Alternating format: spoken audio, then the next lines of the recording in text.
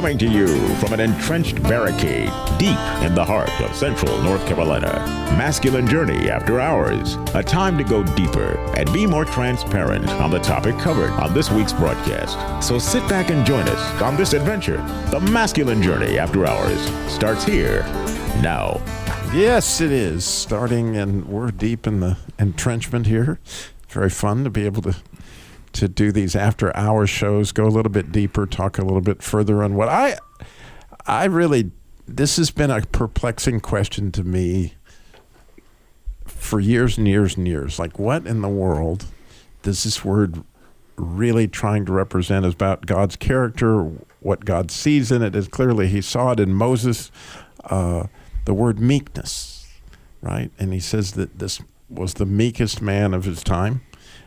In Numbers chapter 12, verse 3. And so when you think about the topic, Darren, how about you? What are your thoughts on why is this so perplexing? Well, I think for me personally, I am such an analytical thinker. Not like Jim, but a little bit.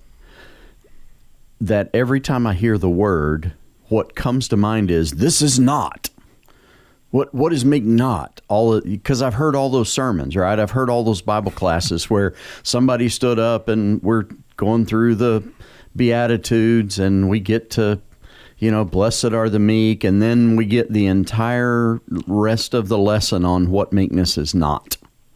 And so that's literally what I have to kind of fight myself out of, that mode of thinking, okay, yeah, we know what it's not. Let's talk about what it is. And I really enjoyed your explanation of that from the Hebrew. And I know you might not want to go deep into Hebrew, but I thoroughly enjoyed hearing that before the show. Robbie has no problem going into the Hebrew. This might be a first. There are two of us that want to hear your Hebrew explanation, because really the problem with meekness is it doesn't mean in English what meekness means in Hebrew, or probably Greek. But well, in any translation, you're looking through a screen. Yep. In English is the screen that which you're trying to look at a word that's a biblical word. And the beautiful thing about the Hebrew language is it's a picture language. And so through pictures, which are the building blocks of each letter in the Hebrew alphabet, which interestingly is Aleph Bet. And so when you think about that in Hebrew, you can kind of see the pictures that are going to give us the picture of what this word anav, which is what Moses was described by God in Numbers chapter 12, verse 3, is the anav. And Jesus clearly was saying, blessed are the anav. The same idea, because obviously Jesus would be speaking Hebrew or Aramaic, one or the other. And so that word, when you hear the A sound in the anav, you can immediately think in our own alphabet, that must be a letter that starts with A, and it is. It's an ayin. It's A-Y-I-N, ayin. And so that A is actually, if you were to picture it in the way that God looks at this, it's an ayin. It's a Y. So if you just picture a Y in your mind and think you got two eyeballs, right? And those two eyeballs are connected to one optic nerve. And so you're getting two pictures that combine into one vision. And so when you see me right now, Grant, you're not seeing two of me, you're seeing one. And you're taking something that is two and creating one, which is a perfect vision of what God does, right? Right. We are trying to get on God's page. We're trying to see things the way that he sees them, and essentially drink God's Kool-Aid. I mean, there you go. So that's the idea of the letter ayin, and that's what the word anav starts with, is that this person has got this vision, which is connected to God's vision. Open the eyes of my heart, so to speak. And so the second letter in the word anav is you can hear the N sound, right? You hear it. The N sound is the letter nun in Hebrew, and that letter nun is this idea. And Jesus talked about it, that if a seed dies in the ground, that it can spring back into new life. And so David talked a lot in the Psalms about being the fallen one and this idea of falling. And we talk about it all the time in a masculine journey, that men have wounds and they fall. And from that point of death, right, then you now grow a new root, and instead of getting your nourishment from yourself, you begin to get your nourishment from God. And that letter Nun looks like a little seedling. If you ever see the picture of it, it is a seedling, and it's something that's growing in good soil.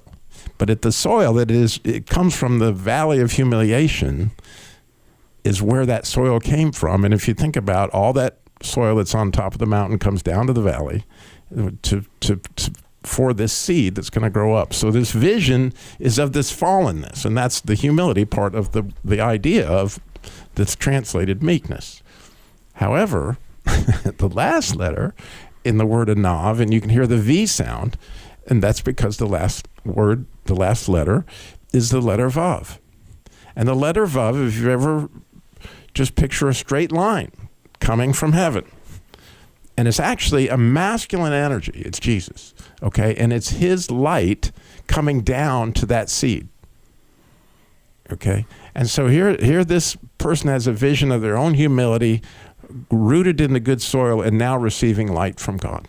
And when you think about Moses in his character study, that here was a man that was a hero. You look ultimately at his personality type, he never really seemed to care about the consequences of when there was a wrong. He always wanted to try to right it, from the Egyptian that was abusing the Hebrew slave, and he steps in and murders him.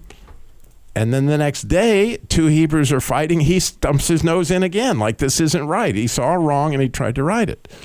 And then you would think he would learn his lesson as he gets, run out of town, essentially has to go to Midian, in deep trouble for sticking your nose in where it didn't necessarily belong. You went from Prince of Egypt to, essentially runaway.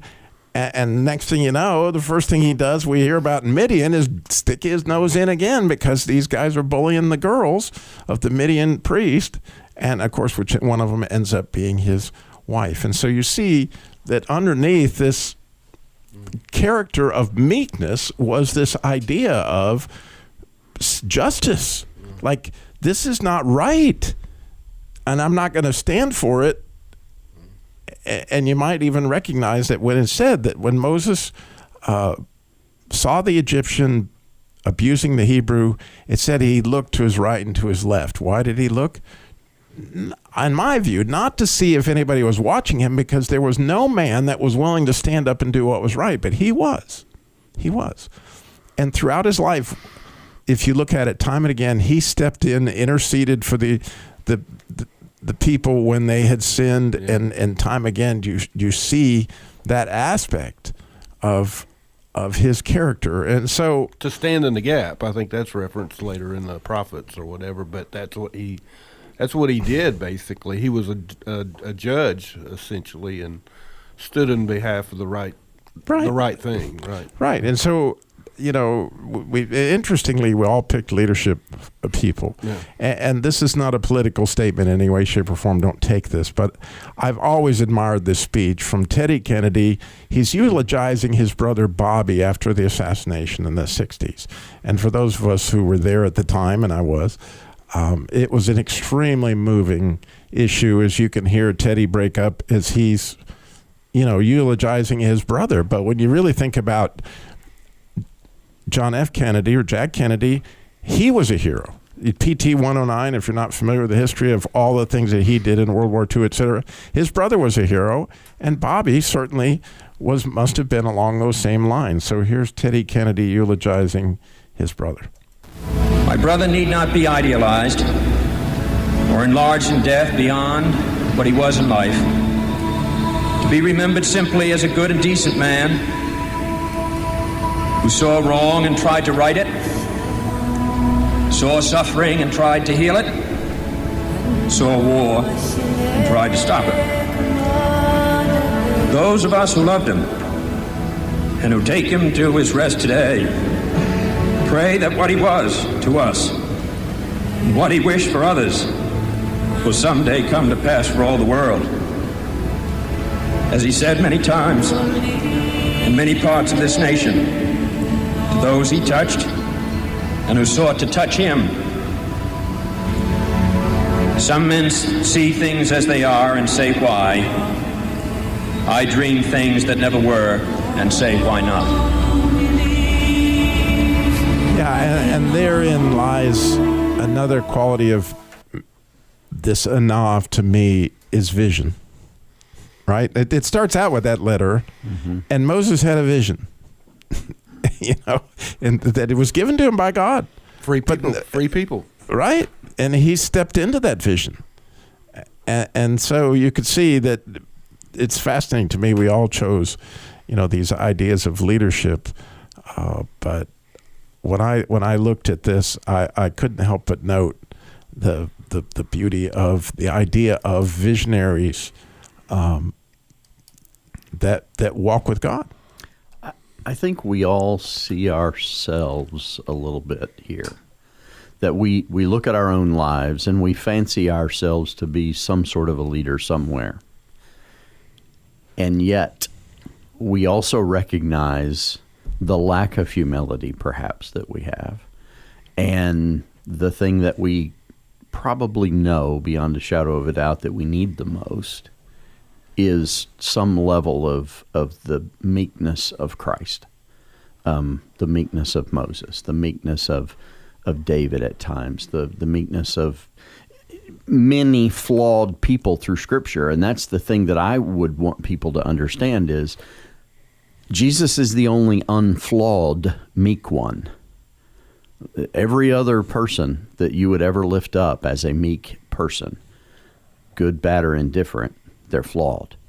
And I think that we all who consider ourselves leaders, maybe that's as a father, maybe it's an older brother, maybe whoever, maybe it's a mom or a sister, but you recognize, hopefully, unless you're a total, complete narcissist, like, I am on usually Tuesday, that we struggle with our own stuff, and that if we can get hold of that valley of poverty of spirit, humility, suffering, and let the light of Jesus shine and grow our little, seedling, then we've got something.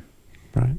And Andy, you commented earlier that Moses was an orphan and thus probably struggled with an orphan spirit. You knew that. You know I had to throw that in there. Don't get well, it you started. can't help but note that, as I'm listening to Darren speak and I'm thinking about what he's saying, is Jesus constantly went to the Father. Mm-hmm. He was so part of that, and Moses, like, he met with God constantly, and that's how he got his shine on. Was that idea? And David, right? He would go to God like, how do I do it this time, and how do I do it that time? And so there's some aspect to that, right, Jim? Yes, there is. But you didn't see a lot of that.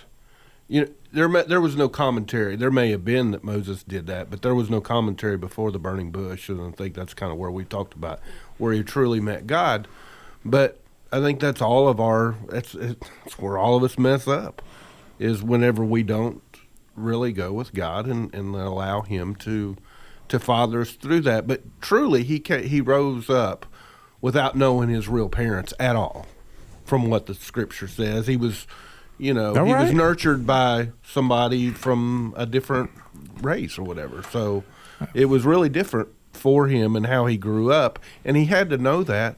But he knew he had his people over here, though. His whole problem was he was in denial. No doubt. Ow. Instead of the Jordan. I'm sorry. It just was right out there. I couldn't. Go ahead, Jim. I'm sorry. Oh, no, actually, that did bring me back to the ark. One of the neat things about Hebrew, and if my number's off, it's because I'm trying to use an old memory, but there's about 5,000 words in Hebrew in the entire Old Testament. That's not a lot if you think about it. But one of the things about the ark is it's the same word for Noah's boat as it was for the little basket of reeds that he was in. And it is something that carries you to safety. So Hebrew is a delightful language, and you better be a good interpreter because you're going to need it.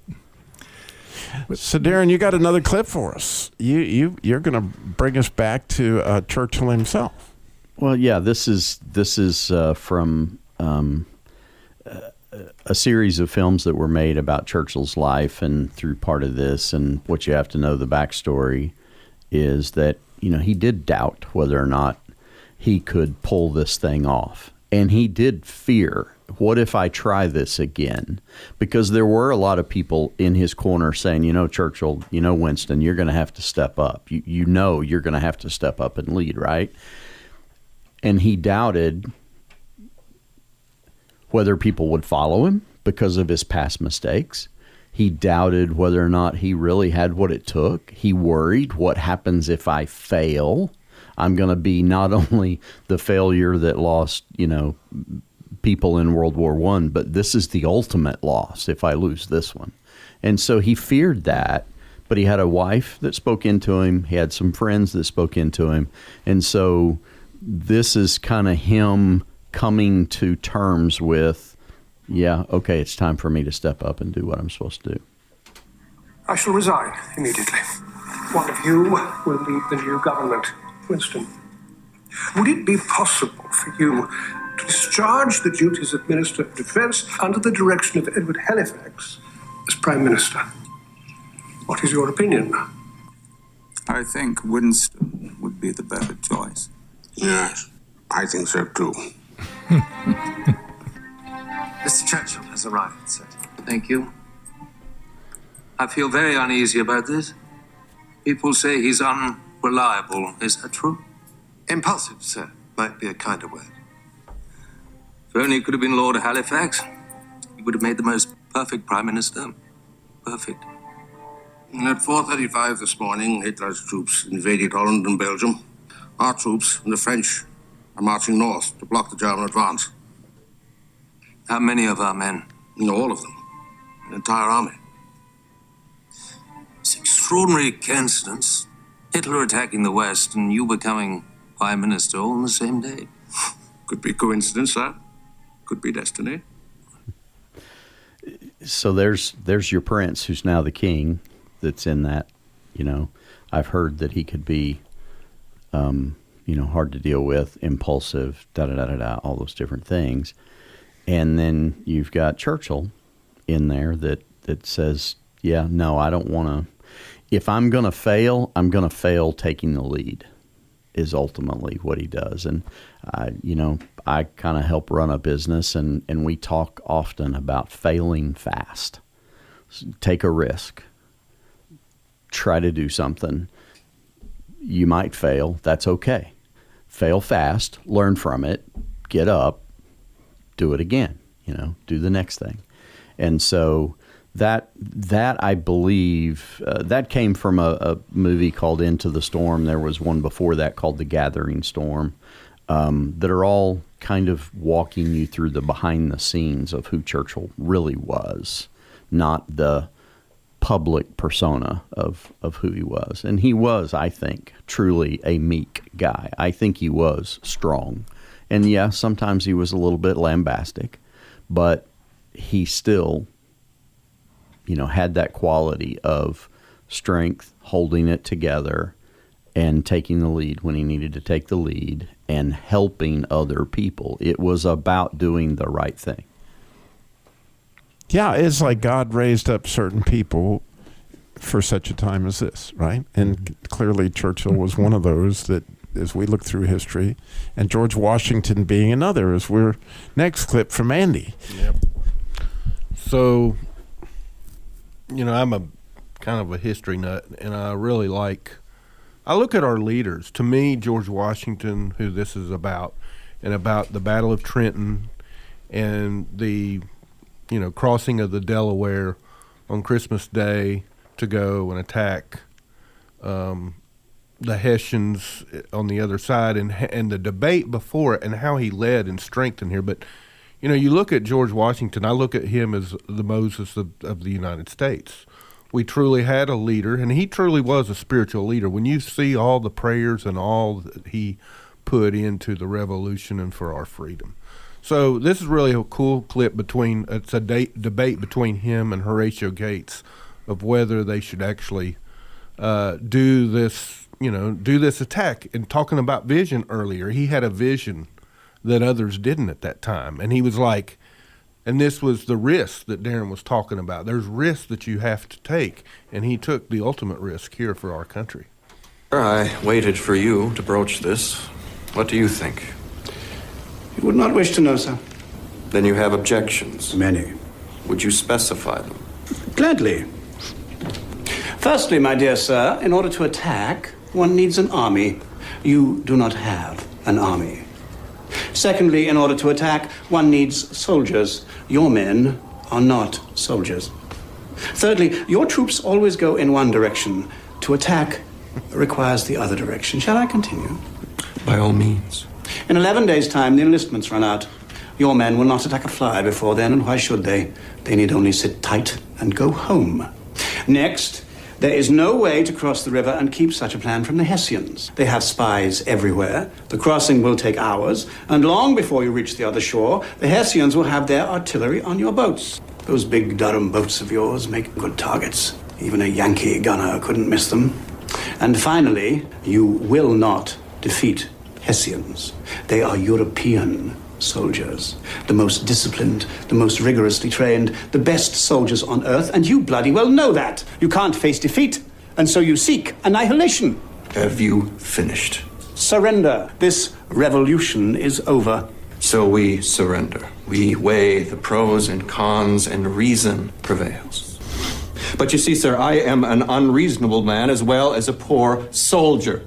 But you are right. My men are not soldiers. They are lads. 16, 17, 18. They run away. They fear the Hessians as they fear death. All this is true. They have put their trust in me. They could have deserted. Thousands have. But these lads have not. They remain with me. And I, not you, General Gates, I command this army, and if I, a bumbling Virginia farmer, should decide to lead them into hell, they will follow me into hell. I mean, Gates was so condescending there. It was like Jesus talking to the Pharisees, and how the Pharisees talked to him. And Washington gives the guy an opportunity to say his piece, knowing he's probably going to counter him because he did in everything. And he listened to it. And then he maintained control, but then he expressed his strengths in what they were going to do and cast the vision that the guy didn't have any vision for, and hence we have a country. And it's just a powerful statement of leadership or meekness to me, in that could have been a blow up. That could have been in all kinds of, there could have been a lot more drama. And of course, it was a movie and replayed it. We weren't there. But it's a perfect example to me of what I think meekness to be. And later on, Gates nearly lost the South. Oh, exactly. We won't talk about who the real hero of the American Revolution is. You're looking at me.